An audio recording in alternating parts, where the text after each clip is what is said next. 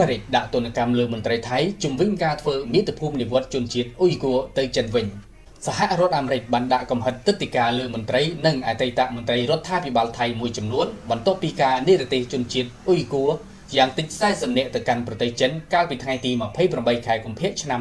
2025ការនិរទេសទាំងនេះបានកើតឡើងបើទោះបីជាមានការព្រួយបារម្ភថាជនជាតិអ៊ុយហ្គ័រទាំងនោះអាចប្រឈមមុខទៅនឹងការធ្វើទុកបុកម្នេញធ្ងន់ធ្ងររួមទាំងការជាប់ពន្ធនាគារឬស្លាប់នៅពេលពួកគេត្រឡប់ទៅចិនវិញក៏ដោយរដ្ឋមន្ត្រីការបរទេសអាមេរិកលោក Michael Rubio បានប្រកាសកាលពីថ្ងៃសុក្រទី14ខែមីនាអំពីការដាក់ទណ្ឌកម្មដោយសង្កត់ធ្ងន់ថាជនជាតិអ៊ុយហ្គ័រដែលត្រូវបាននិរទេសអាចប្រឈមមុខនឹងការបៀតបៀនការបង្ខិតបង្ខំឲ្យធ្វើការនិងការធ្វើទារុណកម្មលោកបានរំលឹកឡើងវិញនៅការបដិញ្ញាចិត្តរបស់សហរដ្ឋអាមេរិកក្នុងការប្រឆាំងការធ្វើមាតុភូមិនិវត្តដោយបង្ខំរបស់ក្រុមងាយរងគ្រោះទៅកាន់ប្រទេសចិនដែលពួកគេប្រឈមនឹងហានិភ័យនៃការរំលោភសិទ្ធិមនុស្សយ៉ាងណាមិញមន្ត្រីថៃដែលរងទណ្ឌកម្មរបស់អាមេរិកមិនត្រូវបានបញ្ចេញឈ្មោះនៅឡើយទេអ៊ុយហ្គ័រគឺជាអំបូរនៃជនជាតិ Turkic ដែលកាន់សាសនាមូស្លីមភាគច្រើនមានដើមកំណើតនៅតំបន់សៀនជាងស្ថិតនៅក្នុងភាគខាងលិចប្រទេសចិនបន្ទាប់ពីចំនួនជាច្រើនទសវត្សរ៍ជាមួយនឹងទីក្រុងប៉េកាំងជុំវិញការរើសអើងនិងការបង្ក្រាបអត្តសញ្ញាណវប្បធម៌របស់ពួកគេ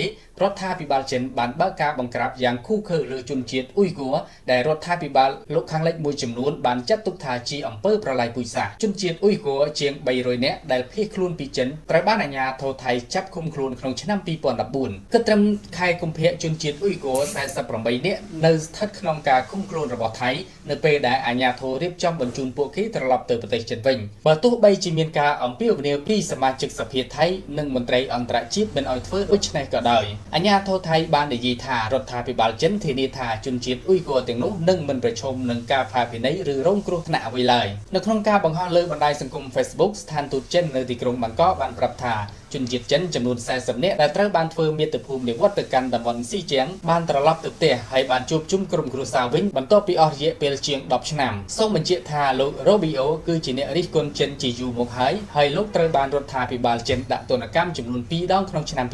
2020ជំវិញការគ្រប់គ្រងរបស់លោកចំពោះសិទ្ធិរបស់ជនជាតិអ៊ុយហ្គ័រនិងប្រជាជននៅហុងកុង